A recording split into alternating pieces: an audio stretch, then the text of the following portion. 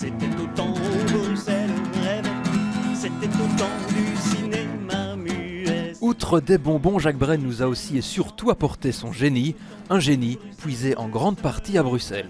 Déjà par sa ville natale et puis le retour aux sources à chaque fois qu'il revenait à Bruxelles pour voir sa famille, ses enfants, ses 3 filles. La manière dont il va commenter Bruxelles à travers ses chansons, son histoire, développer sa vie, son enfance, ses passages, ses tournées, ses amis. Donc oui, l'amour de Bruxelles se lit très sincèrement et très honnêtement dans l'œuvre de Jacques Brel. Et au temps où Bruxelles bruxelait, Jacques Brel s'est laissé influencer par de nombreux lieux mythiques de la capitale.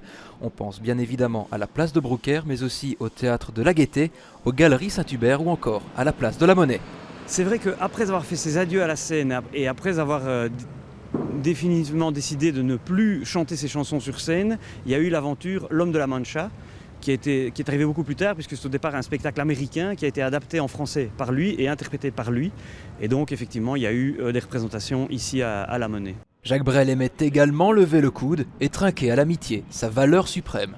On va retrouver beaucoup de lieux qui ont encore des empreintes de Jacques Brel à l'intérieur, tels des estaminets, des brasseries, des lieux pour lesquels à la fin d'une tournée, il continuait sa tournée des bars avec ses amis. Un spectacle n'était jamais fini, il rentrait du boulot et il continuait pendant ses nocturnes.